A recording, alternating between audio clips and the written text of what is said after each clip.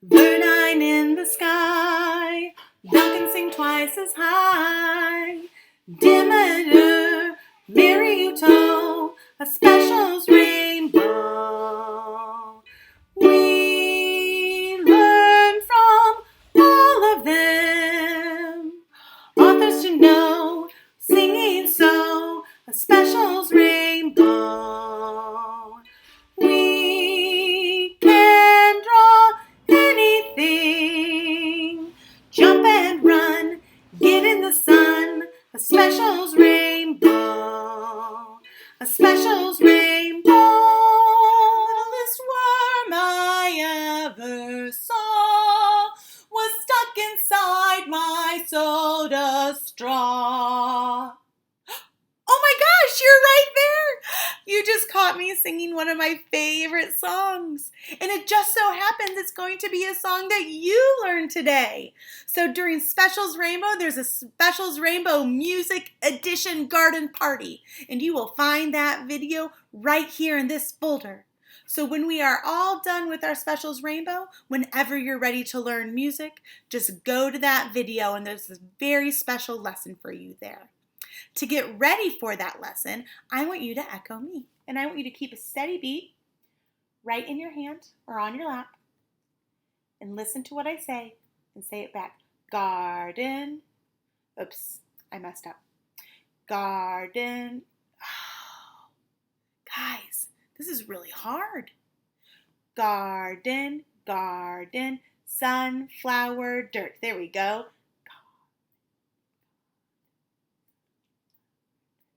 Again, garden, garden, sunflower, dirt.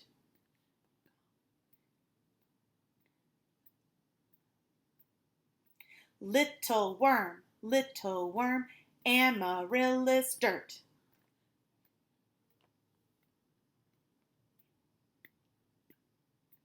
Garden, sunflower, little worm, amaryllis.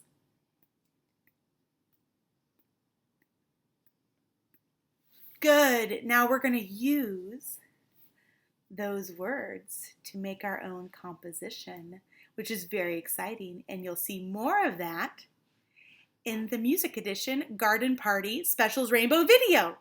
So I can't wait to see you then. Bye. Hello. Man, have I missed you all. And I am really, really missing reading to you. So today I'm going to read you a story about a seed by Eric Carle. This week our theme is gardening. Have you ever helped to plant something? It can be so exciting to watch things grow. Before our story, I also wanted to let you know that I put up some typing lessons so we can continue to work on our keyboarding skills. Just log into Clever and you will see this icon. Go ahead and click on it to get started, and remember to make sure your hands match the hands on your screen. And have fun. Please enjoy our seed story today, and I'll be back next week with another read aloud.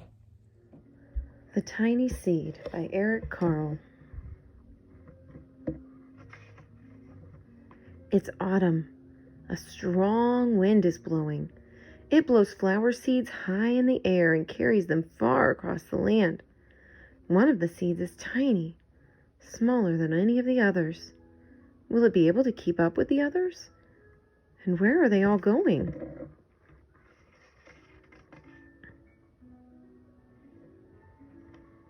One of the seeds flies higher than the others. Up, up it goes. It flies too high, and the sun's hot rays burn it up. But the tiny seed sails on with the others.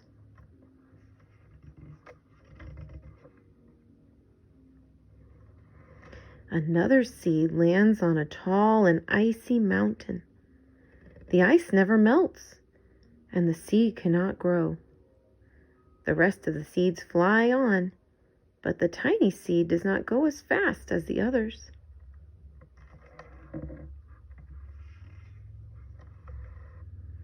Now they fly over the ocean. One seed falls into the water and drowns. The others sail on with the wind, but the tiny seed does not go as high as the others.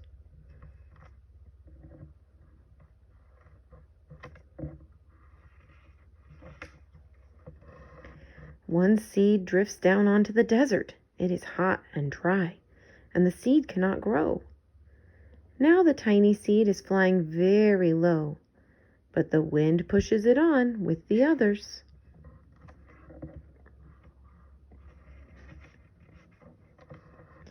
Finally, the wind stops and the seeds fall gently down on the ground. A bird comes by and eats one seed. The tiny seed is not eaten. It is so small that the bird does not see it.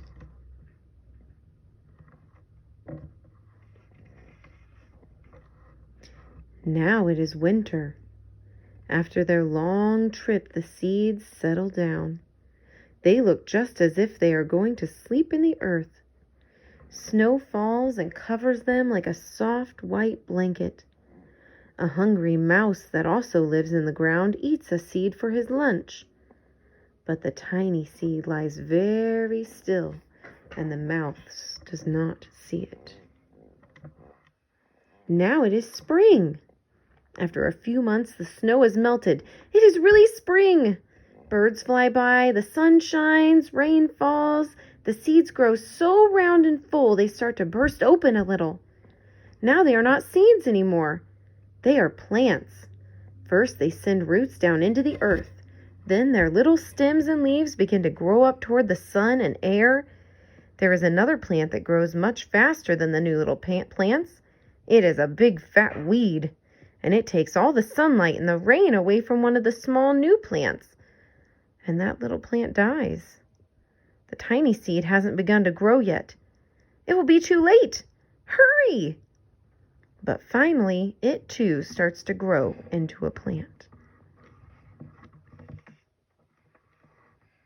The warm weather also brings the children out to play. They too have been waiting for the sun in springtime. One child doesn't see the plants as he runs along and, oh, he breaks one. Now it cannot grow anymore.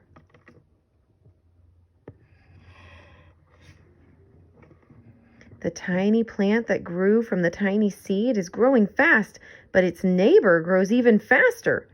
Before the tiny plant has 3 leaves, the other plant has 7. And look, a bud, and now even a flower. But what's happening? First there are footsteps, then a shadow looms over them. Then a hand reaches down and breaks off the flower.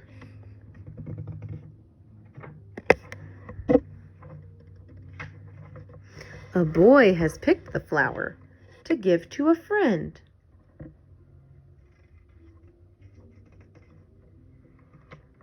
It is summer. Now the tiny plant from the tiny seed is all alone. It grows on and doesn't stop. The sun shines on it and the rain waters it. It has many leaves. It grows taller and taller. It is taller than the people. It is taller than the trees. It is taller than the houses. And now a flower grows on it. People come from far and near to look at this flower. It is the tallest flower they have ever seen. It is a giant flower.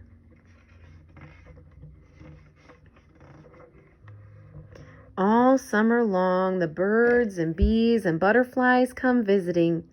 They have never seen such a big and beautiful flower. Now it is autumn again.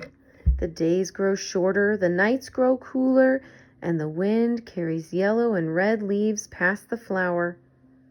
Some petals drop from the giant flower, and they sail along with the bright leaves over the land and down to the ground.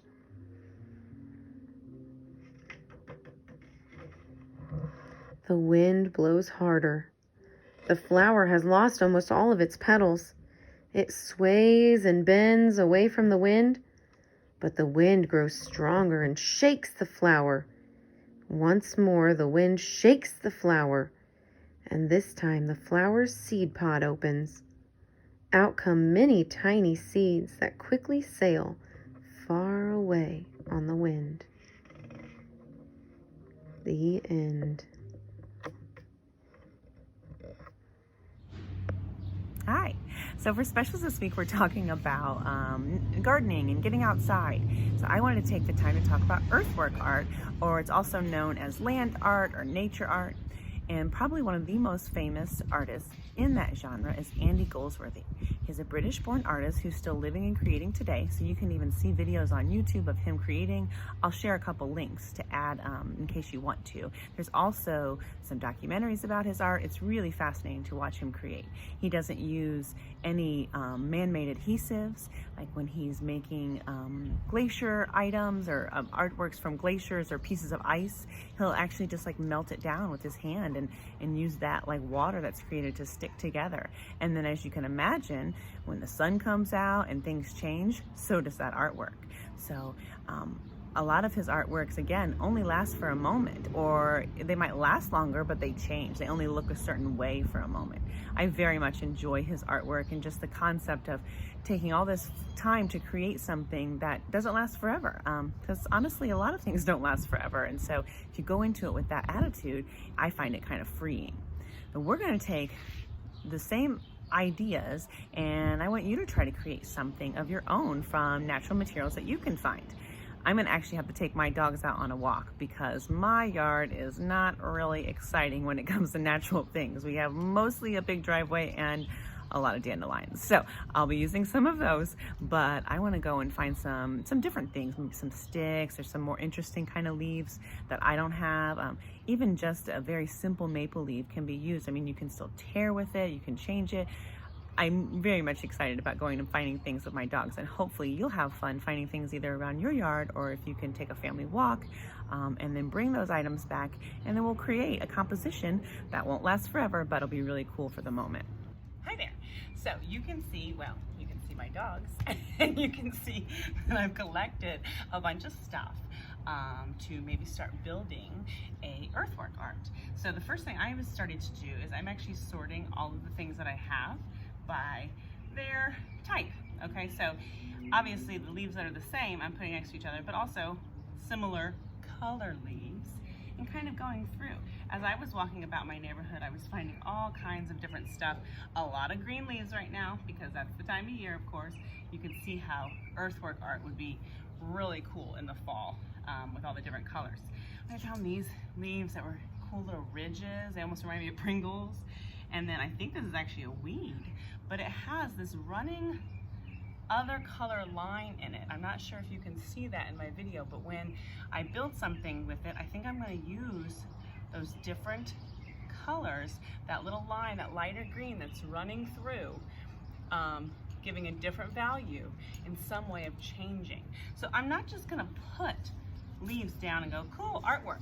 I'm actually going to try to think about how I could use these and modify kind of almost the way that they are to change the design that they have. For example, I have all these kind of football shaped leaves. I was thinking of trying to slowly split them right down the center, and then it changes, but not all the way, just to the bottom, and then it kind of changes the shape and design that they are. So when I start to lay that down, oh, and there's some of those elements that change things, wind, and then that might make a whole new design.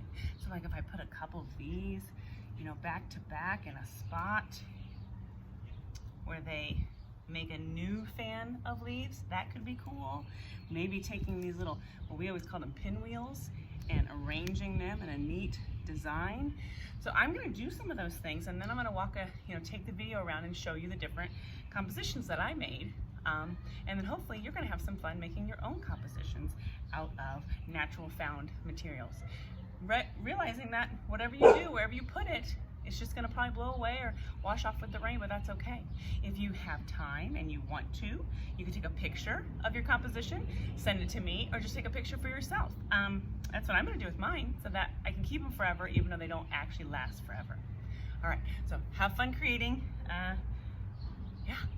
Have fun. I hope you like earthwork art. I hope you enjoyed Andy Goldsworthy's work.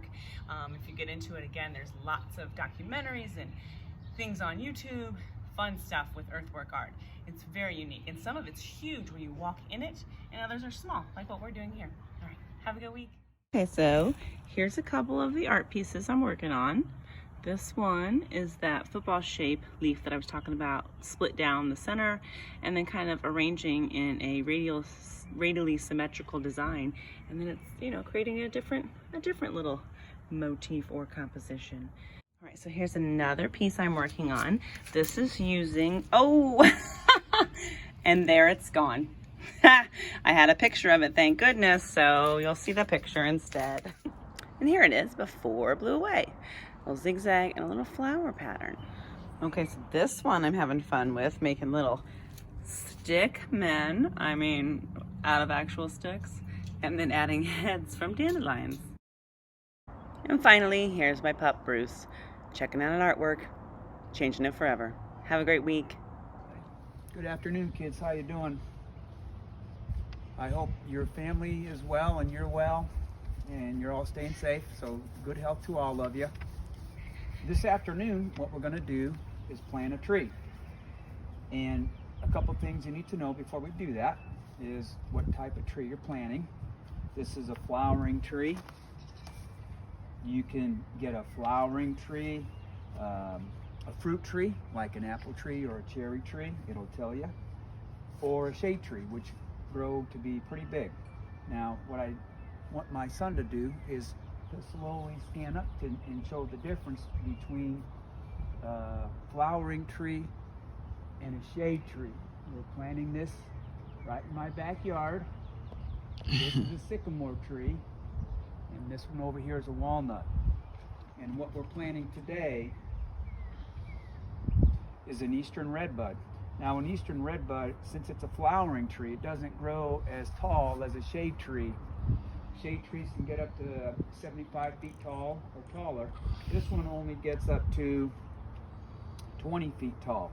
So on the back of your tree card, it'll tell you how many hours of sun or shade the tree needs to grow its best. So this particular tree, the eastern redbud, takes about 6.5 hours of sun a day to grow its best. It'll tell you what kind of soil it likes. This one likes its soil to be consistently moist. And the dimensions of the tree itself. So this particular tree, at full maturity, when it gets to be as big as it'll ever get, it's going to be about 20 feet high and about 15 feet wide. So I made sure that I spaced it evenly between the two trees that it's going in between. Right up above me, there's some power lines. So these power lines are about 15 or 20 feet up in the air. So this tree will not interfere with those power lines. It's safe right where it's at. It's a hardy tree, which means that it'll grow well and won't freeze, even to about minus 20 degrees Fahrenheit. And since it's a flowering tree, some flowering trees, most of them, and this one included, they bloom early to mid-spring. So if it was a bigger tree, this particular tree, you would see its blooms, and there's a picture of it. Now, in spring, you see a lot of the light purple trees. This is one of those light purple trees that you see. They bloom early in mid-spring, and then once summer comes around, they'll lose their blooms and they'll just have their leaves. But it's a real pretty tree. It's a flowering tree, and it's a good accent and specimen tree. On the tree card itself, it's also going to tell you how to plant the tree itself. So here we have the base of the tree and the root in the pot, and it's going to tell us that we should dig our hole in the ground twice the size of the pot itself. That way, when the tree starts to grow, the soil around it is loose and the roots have room to grow. So I'm going to start to plant my tree. I'm going to start to dig a hole, and I'll catch you back in just a minute or two. Let me dig the hole, and we can have our space ready, and we'll start to put our tree right where we want it.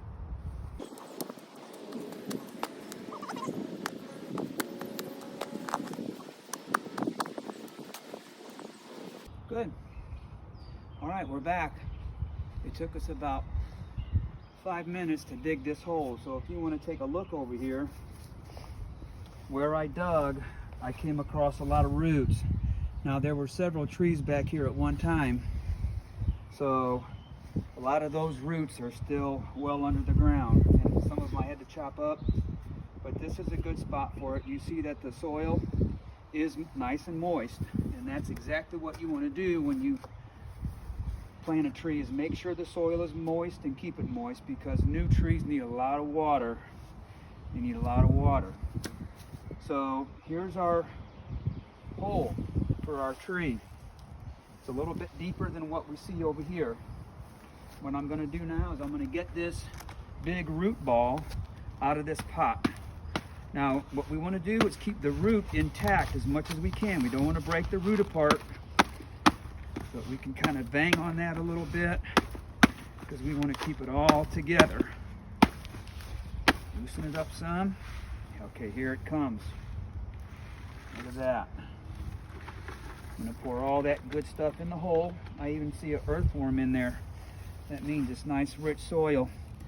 So before we put it in, what we want to do is kind of break up that root ball just a little bit, so that once we put the tree in the ground, those roots have room to grow. So we'll break it up just a little bit. All right, we'll dig our fingers in there. All right, and dig our fingers in there a little bit more and put all that good stuff right in the hole that we just dug. Very good. So here we are. We're going to center that tree, that root ball right in the middle. You see I have more space along the outside of my root ball. This will allow the roots to grow, and some of this soil that I dug up, I'm going to put right back in. Okay, what we also have, get all that good stuff in there. We have a couple extra bags of topsoil, and this will take up some of that space that's been left over. So we'll pour some dirt in there. We'll pour some dirt in there. We're going to put some pressure on that tree. Make sure it makes contact with the ground. Push down on it, push down on it. And pour some more soil on there. There we go. More soil, more soil. Now you know what's going to happen over time is the soil's going to get wet and it's all going to fall into place and settle, and that's okay. I'll put a little bit more in. There. That's nice soil for that tree. We're going to push it down some. Push it down, push it down, push it down. It will settle. So maybe in another week, we can put a little bit more dirt down there. My tree looks nice and straight. And what we're going to do is also put some mulch around the tree. Now the mulch around the tree is going to help it to keep it moist so that it doesn't dry out. Especially when you're planting a new tree, you want it to keep it nice and moist and keep it watered. I'm going to put a little bit of mulch down here. Mulch is good for retaining water. You don't want to smother it in mulch. If that's red mulch, you just put a little bit over there. A little bit over there, a little bit over there, in there, and there. All right, now in a minute I'm going to clear all this off, and a couple things we can do to make sure our tree goes nice and straight, since it's still young, is stake it, which means that we would put a stake on a couple sides of it and tie a string so that when the wind blows, if it blows too hard, we don't want to have it blow the tree over itself. So the staking it, which means it would keep its root and grow nice and straight. But right now it looks pretty good. Right now it looks pretty good. Okay. Can I throw the ball to Henry's? So what we're going to do is water it in a minute and make sure it gets plenty of water throughout the coming weeks, especially in the summer. Make sure it stays moist, and we'll let you know how it's doing in a month or two. All right, so there's our tree. It's an eastern redbud. Hope you learned something today. I was glad to share that with you. A special rainbow.